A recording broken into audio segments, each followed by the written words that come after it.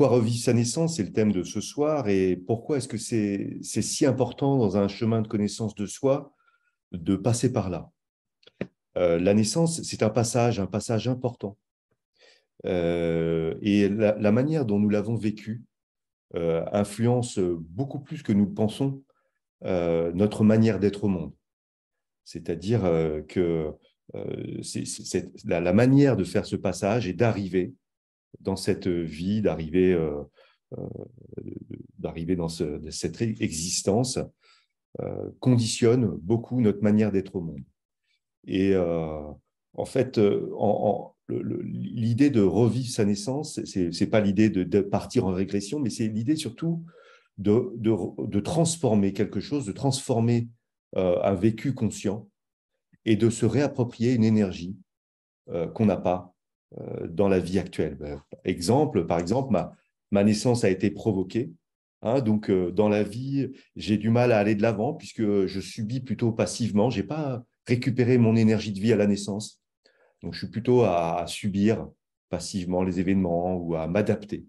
Voilà, revivre ma naissance, ça peut être récupérer cette énergie qui fait que c'est moi qui me propulse dans la vie et m'aider à aller plus de l'avant. Voilà, où j'ai vécu une naissance violente et ben, revivre ma naissance, et c'est récupérer peut-être une manière de passer plus doucement en sentant ma puissance plus tranquillement. Voilà un peu le sens de ce travail de revivre sa naissance. Alors, comme c'est un temps préverbal, la naissance, et c'est un endroit difficile à verbaliser, euh, il va y avoir besoin de le faire dans le corps, de manière corporelle. Et là, Emmanuel, je te passe la parole. Ok, donc Franck vous en parle. La manière dont nous avons vécu notre naissance conditionne énormément la manière dont nous nous comportons, nos comportements, nos concepts, notre relation à la vie. Mais c'est valable pour la naissance, c'est valable pour bien d'autres événements de l'enfance, c'est valable aussi, on le sait bien, pour ce qu'on peut traverser en tant qu'adulte. Ce qui se passe, c'est que la manière dont nous traversons des événements sont soit gérables par notre système nerveux, notre conscience d'elle-même, le pouvoir conserver l'enveloppe du moi en bon état, hein, soit c'est pas gérable, soit c'est difficile. Quand c'est difficile, des parties de nous se mettent en figement, se retrouvent comme tenues à l'intérieur de nous-mêmes.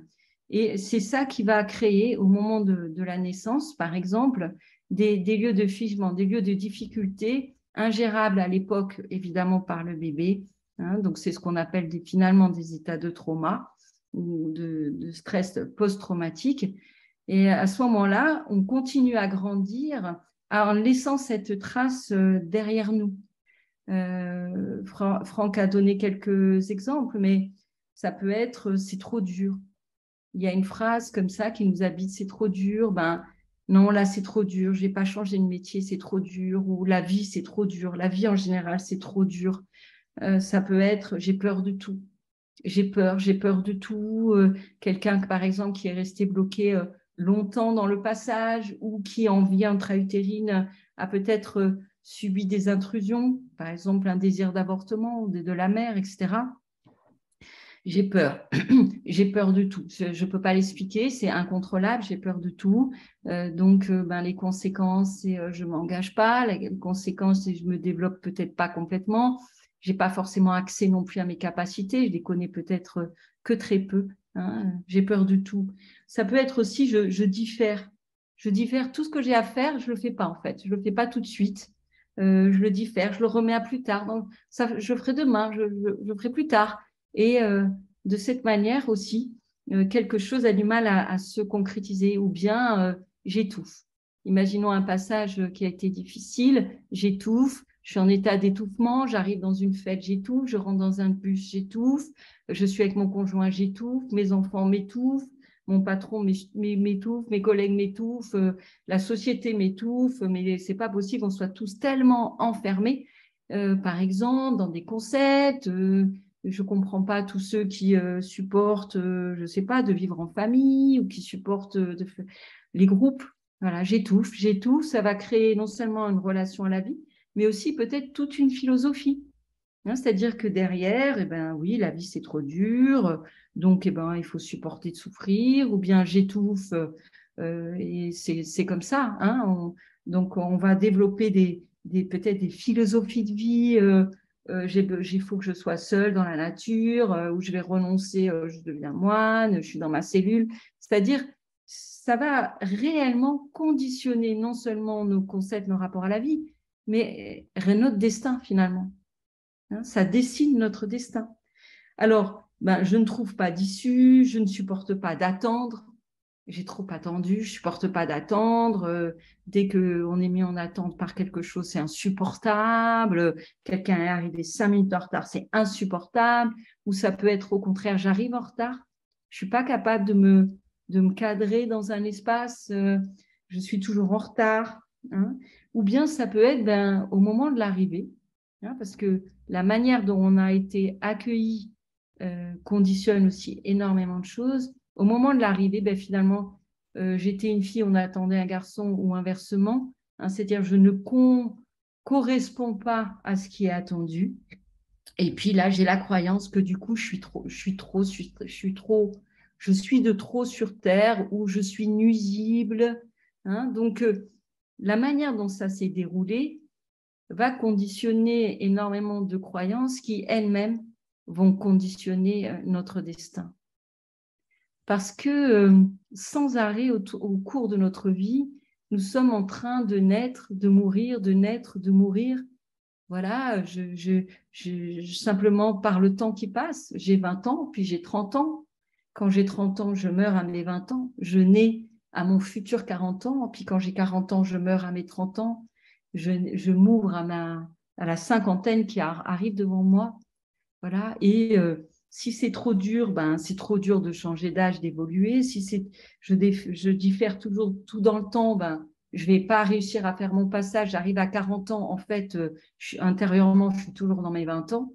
Hein, c'est-à-dire qu'il y a réellement quelque chose qui se complique dans la manière dont nous allons faire des passages. Hein. Donc, les passages, c'est l'exemple que je vous donnais, passage d'un âge à l'autre, mais c'est aussi des passages dans la relation. Les relations avec nos conjoints, nos enfants, nos amis, nos collègues, sans arrêt évoluent, une relation évolue.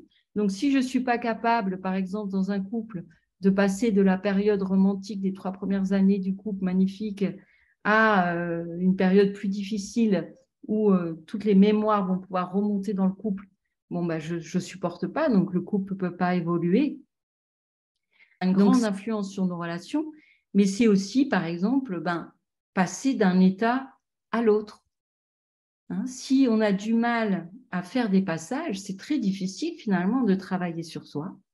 Par exemple, ben, travailler sur soi, évoluer, grandir en conscience, grandir spirituellement, ben non, c'est trop dur. Ou bien, forcément, mais c'est dur, c'est dur. C'est-à-dire que ça se fait, mais dans la souffrance, hein, par exemple. Voilà. Donc, revivre sa naissance, c'est non seulement retourner à cet endroit-là pour faire un état des lieux. Qu'est-ce qui s'est passé? De quelle manière ça influence ma vie?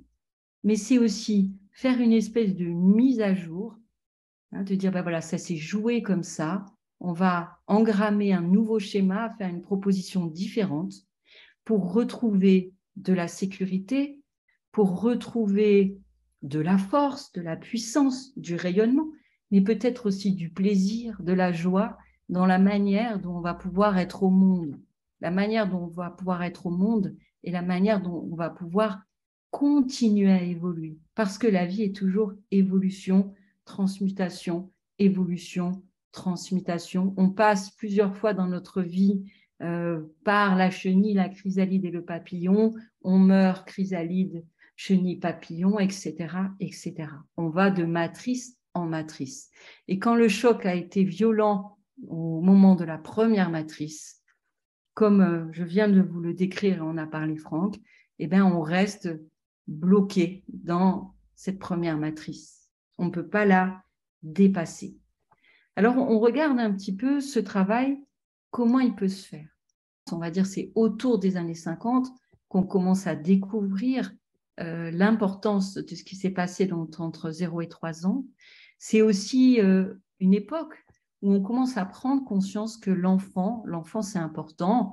Hein, c'est encore, je ne sais pas si vous vous souvenez de ça, mais on opère les enfants sans anesthésie encore à l'époque, hein, parce que bon, ça ne laisse pas de traces, donc pourquoi on ferait des anesthésies, hein? On commence à se rendre compte que l'éducation violente, la non-écoute de l'enfant, etc., crée non seulement des structures, mais aussi un type de société, hein. C'est tout le travail de Reich et d'autres pour dire arrêtons finalement le massacre. Donc c'est une époque très importante, et dans cette époque, il y a toutes sortes d'expériences.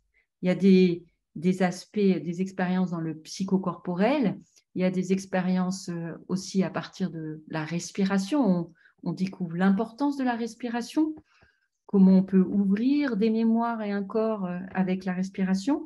On découvre aussi tout le travail avec les états modifiés de conscience, particulièrement le travail de Stanislas Grof, qui donc essaye en tant que psychiatre donc le LSD sur des malades, et se rend compte que quand les malades sont en état modifié de conscience, eh bien, ils passent et repassent sans arrêt par la naissance.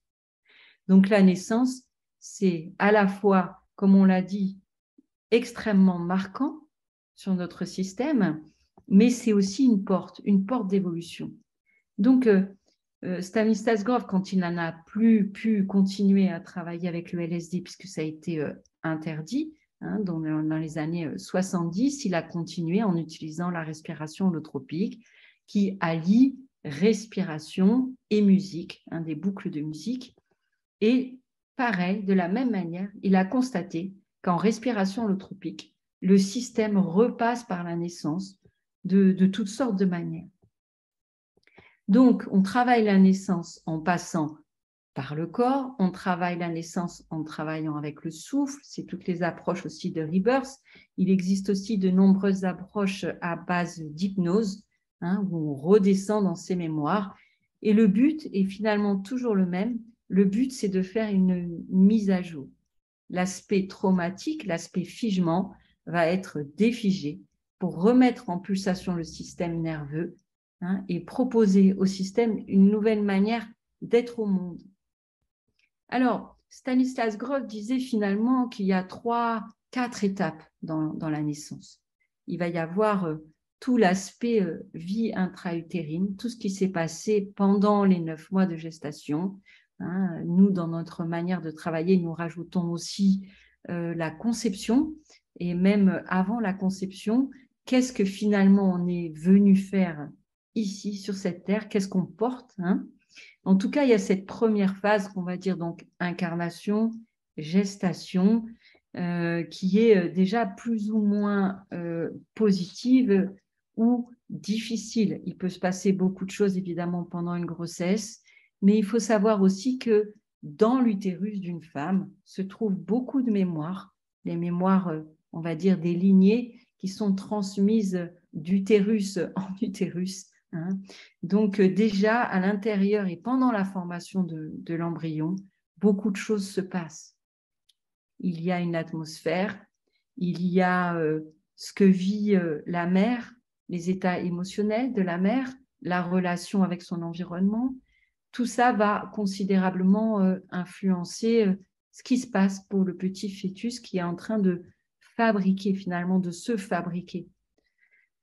Ensuite, il y a le passage, hein, pour Stanislas Grof, c'est la deuxième étape, ce qu'il appelle la deuxième matrice.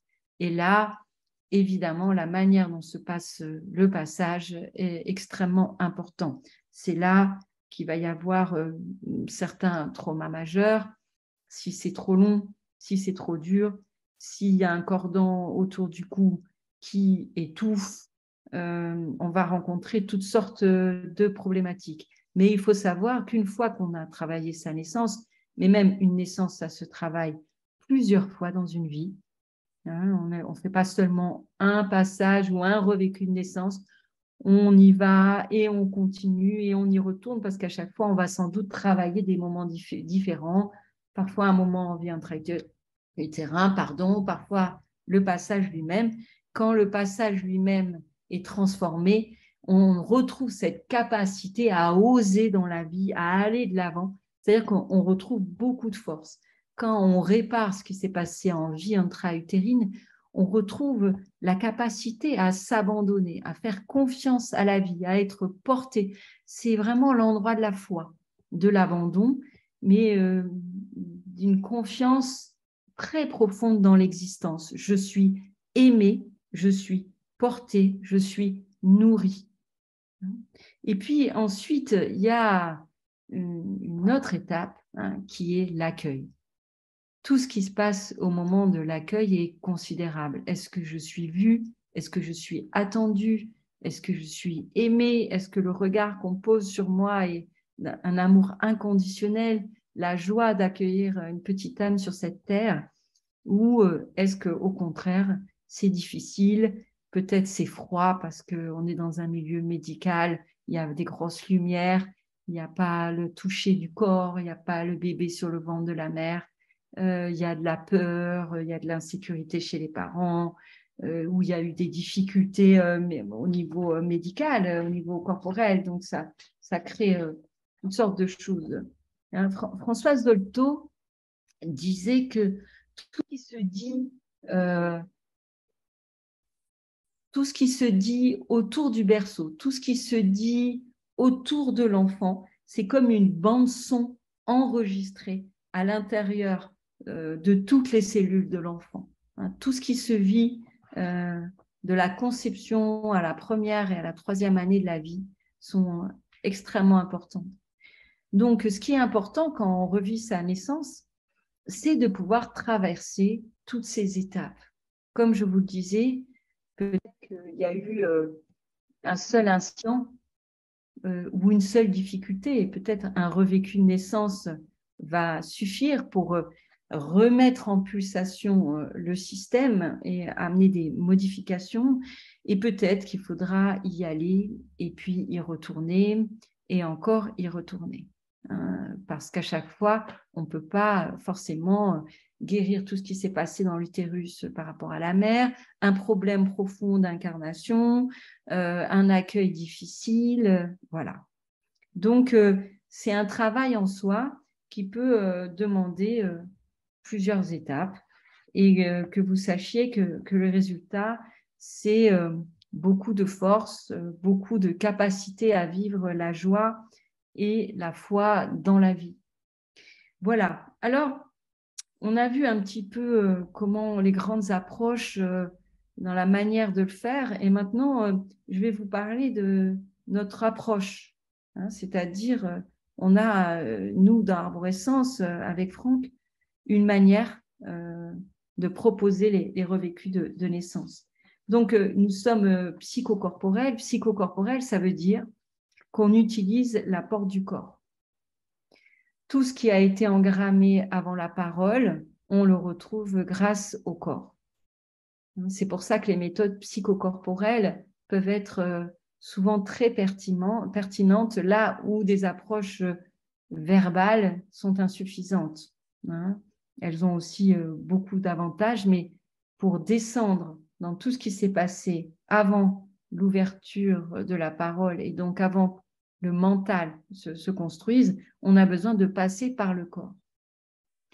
Passer par le corps, ça veut dire apprendre à sentir, se mettre à l'écoute et le mettre en situation. Je vous parlais des états modifiés de conscience, je vous parlais de l'hypnose, mais il y a aussi toutes les mises en situation, c'est-à-dire qu'on repositionne la personne finalement dans une matrice et on va induire une descente en état modifié de conscience à travers on va dire déjà des formes de rêve éveillé, mais aussi une mise en situation autour d'elle. C'est un travail qui prend du temps. Il y a une manière de respirer aussi, qui ouvre. Il faut savoir que le souffle ouvre considérablement les mémoires qui sont dans le corps. Voilà. Et là, tout à coup, on est toujours là avec notre mental, on est toujours là avec notre adulte, mais tout à coup, on se met à sentir des choses. Le corps a envie de se mettre dans une position, tout à coup, on se sent mal ou on se sent bien, on sent qu'on a besoin de ça ou de ça. Hein. Donc, on accompagne finalement les états qui sont là. Hein. Donc, un revécu naissance, un stage naissance, c'est en même temps faire une enquête. En fait, qu'est-ce qui s'est passé en se mettant à l'écoute du corps, hein, en activant les mémoires qui se trouvent dans le corps. Et puis ensuite, faire une proposition de transformation. Une proposition de transformation, ça va être là où il y avait beaucoup d'insécurité, reconstruire de la sécurité avec un environnement différent. Ça peut être donc des sortes de constellations, de mise en scène par rapport à ce qui se passe autour de la personne qui revit sa naissance. Ça peut être par des contacts. Il y a toutes sortes de manières. Il y a aussi tout le travail, donc je vous disais, avec le souffle et avec les sons. Voilà. Donc, on revit. Et le projet, évidemment, quand on revit, c'est pas forcément, évidemment, de revivre la naissance réelle. On rencontre dans les mémoires la naissance réelle et on fait une mise à jour par les mises en situation, les rêves éveillés, les contacts et la présence des personnes qui sont finalement là pour proposer un nouvel accueil à ce bébé. Hein. Et la dernière partie, c'est l'importance de cet accueil. Il y a souvent beaucoup d'accidents au moment de l'accueil. Hein, donc, la qualité de l'accueil qui va conditionner la manière dont on se valide ou pas, la valeur finalement qu'on se donne. Hein, et très souvent en miroir de la manière dont nous avons été accueillis au moment de la naissance et dans les jours et les semaines qui ont suivi. Hein. Donc, toutes ces phases sont très importantes. Je vais repasser maintenant la parole à Franck qui va vous parler de la manière dont se passe notre stage. Merci Emmanuel. Donc, hein, comme tu l'as dit, il y a plusieurs manières de revivre sa naissance. En fait, on peut le faire de plusieurs manières. Il y a plusieurs approches. Et je mentionne au passage que ça peut se faire de manière spontanée, comme tu l'as dit, par exemple, dans la respiration holotropique, comme dans un des stages qu'on anime, nous animons de la respiration holotropique. J'en parle parce que ce stage naissance, justement, le but, c'est d'induire, hein, c'est d'induire cette naissance et qu'elle ne se fasse pas de manière plus spontanée, comme dans certaines pratiques. Alors, comment ça se passe? C'est un stage sur 4 jours. Et le premier jour, l'idée, c'est de préparer. Alors, de préparer plusieurs choses. Comme a dit Emmanuel, d'abord, prendre des informations. Essayer voilà, faire cette enquête dont tu as parlé sur ce qui s'est passé à la naissance. Hein, c'est quoi les circonstances? Qu'est-ce que je sais de cette naissance? Qu'est-ce qui s'est passé? Qui était là? Qui n'était pas là? Comment, voilà. Donc, vraiment avoir tous ces détails et, euh, et puis pouvoir les avoir en tête, les actualiser. Peut-être en parler d'abord. Et puis, comme c'est vraiment une pratique corporelle, deuxième chose, c'est préparer le corps. Alors, préparer le corps, ça veut dire euh, le mettre dans des conditions pour qu'il puisse sentir le moment venu, quand on va faire le travail, pour qu'il puisse vraiment sentir en fait ce qui se passe. Donc, c'est tout un travail de préparation et voilà, pour commencer à induire dans le corps l'énergie de la naissance. Voilà, je pourrais le dire comme ça. Puisque hein, l'idée globale de la naissance, c'est que c'est le nourrisson qui déclenche sa naissance. C'est que c'est quand même lui à un endroit qui se met en mouvement. Et donc, c'est ce travail préparatoire de ce mouvement. Ensuite, on va faire ce travail, comme tu as parlé, dans les matrices. Donc, hein, l'idée est de mettre en scène, à travers du rêve éveillé, mais toute une mise en scène corporelle, qui permet à la personne qui revit sa naissance d'être accompagnée dans ce revêtu d'une manière particulière. au sein de matrices, donc de personnes qui l'entourent, un papa et une maman, enfin voilà, des choses comme ça. Je tiens à préciser, entre parenthèses, que cette manière de faire, d'ailleurs, nous ne sommes pas les seuls à la faire. Alors, nous avons une manière particulière, nous, au sein d'Arborescence, de pratiquer ce travail, qui est un travail dont nous héritons. Je précise, par notamment la psychologie biodynamique, l'analyse psycho-organique. Donc, c'est un travail plus largement, ce travail de matrice, donc, qui a été élaboré depuis des dizaines d'années par des gens qui nous précèdent. Voilà, donc ce travail en matrice voilà, qui va permettre à la personne d'expérimenter. Alors 3 passages, 5 passages, suivant justement, mais voilà, tous ces passages dont tu as parlé, Emmanuel. Et la suite, c'est la suite du travail, c'est d'intégrer.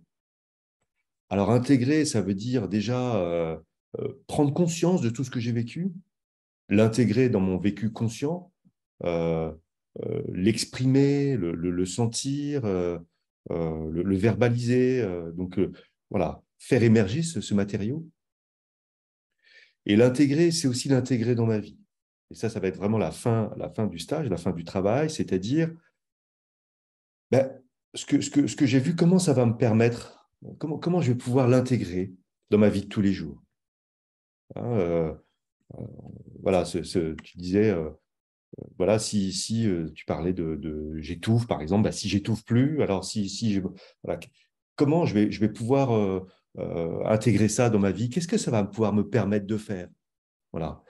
Et voilà, l'idée, c'est que là, il y a tout un travail aussi corporel et énergétique pour réintégrer les énergies que je n'avais pas, qui sont une conséquence de ces transformations. Alors, si j'étouffe plus, quelle énergie, du coup, je peux avoir dans la vie? Qu'est-ce que je peux réintégrer? Où est-ce que je peux être plus puissant, plus fort, plus présent? Voilà, comment je peux avoir une nouvelle posture face à certaines situations? Voilà, et ça, c'est la dernière partie du stage. Et aussi, en tant que participant, ben, bien sûr, vous allez revivre votre naissance, mais vous allez être aussi acteur de certains revécus de naissance, participant. Et c'est vrai que quand on fait un stage comme ça, parfois, on répare autant en passant dans la matrice qu'en participant à construire une matrice. C'est-à-dire que c'est très riche d'avoir des places différentes. Un stage, c'est aussi très riche dans le sens où les inconscients, finalement, font des ricochets les uns sur les autres et donc ça accélère considérablement un processus de transformation.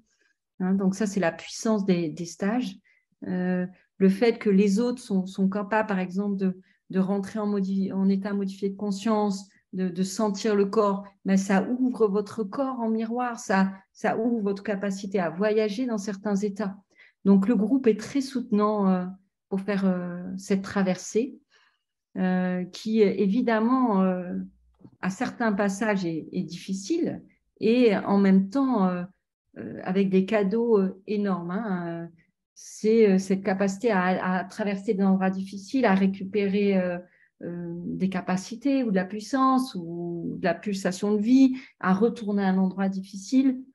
Plus on se récupère, plus on est capable d'y aller et de remettre le système en vie et en pulsation. Nous avons beaucoup de nous-mêmes à récupérer dans ce travail. Donc, on peut peut-être ouvrir les questions des matrices parce qu'il y a la matrice maternelle, c'est le stage naissance. Il y a la matrice familiale, c'est le système dans lequel on a grandi et qu'on a besoin aussi de faire évoluer.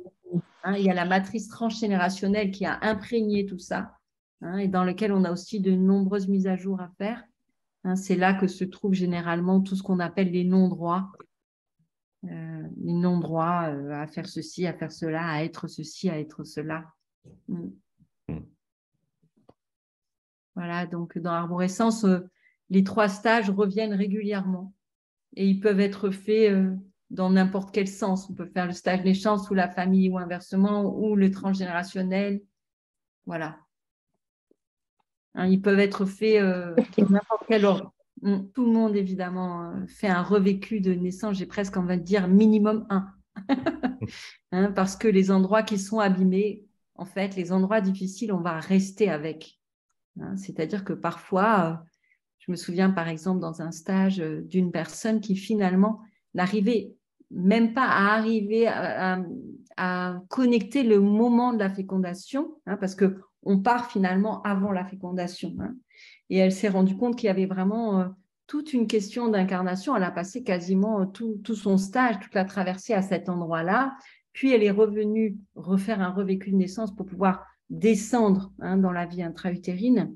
Hein, donc par exemple, on est resté, un revécu de naissance, c'est entre 3 et 4 heures, hein, pour vous donner une idée. Et donc, on est resté quasiment 3 heures à cet endroit-là, puisque c'était l'endroit qu'elle avait à réparer. Hein, donc, non seulement tout le monde passe, ça dure environ, on va dire, entre 3 et 4 heures.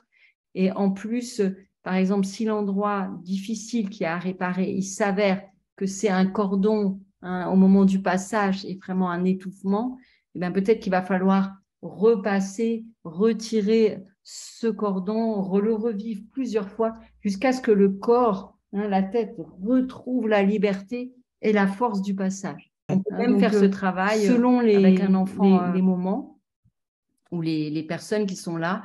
On va même rester et faire insister sur les endroits dont qui ont besoin.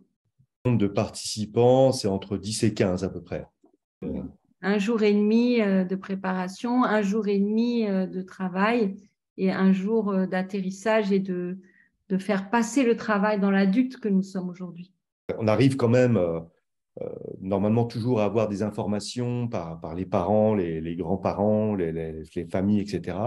Ça arrive d'avoir peu d'informations. Si on a peu d'informations, on va faire confiance au corps qui sait. En fait, toutes les informations sont là. Le travail de préparation, c'est pour faire monter les mémoires qui, en fait, sont dans le corps. Ouais.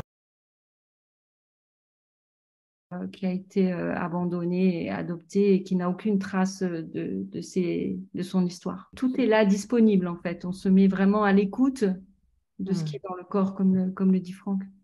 Notre corps est réellement, mais j'ai envie de dire, c'est pas que notre corps, nos cellules, c'est aussi ce qui s'est passé dans notre cœur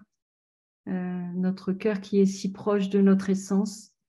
Il y a là comme un livre ouvert, disponible si on apprend à se mettre à l'écoute de toutes ces informations. Le système sait par où il faut passer. C'est assez étonnant d'ailleurs, parce que des fois, il y a toute une première partie qui se fait en accéléré, et puis tac, tac, tac, on arrive à un endroit où il y a un nœud, et on va être avec ce nœud. Et parfois, en fait, c'est comme si le système, il retourne un petit peu en arrière, par exemple, comme pour profiter. Hein, et hop, il revient. Voilà. C'est très, très fort. On le voit pendant ce stage, on le voit beaucoup en respiration holotropique. On va suivre, en fait, l'intelligence de la vie. La vie prend soin de la vie. Hein, et on va juste l'écouter, se mettre à son écoute. La vie prend soin de la vie. Magnifique. Oui. Quel beau programme. En tout cas, c'est vrai que c'est à expérimenter. On peut en parler, on peut le présenter, mais il faut le vivre et le vivre. Voilà, je connais des personnes qui ont vécu 30, 40, revécu une naissance. Hein. Avec Franck, on en a vécu beaucoup aussi, hein, entre les stages naissance, les respirations holotropiques. Et au bout d'un moment, on passe par les naissances. Dans une respiration holotropique, ça dure 10 minutes en fait. Hop, on est passé, c'est une porte, pouf, on est passé dans autre chose. C'est étonnant, une fois que ce passage est réparé, la capacité que notre système a de voyager, hein, pour aller faire les mises à jour qui sont nécessaires. Ok. Eh bien, du coup, on va terminer là-dessus.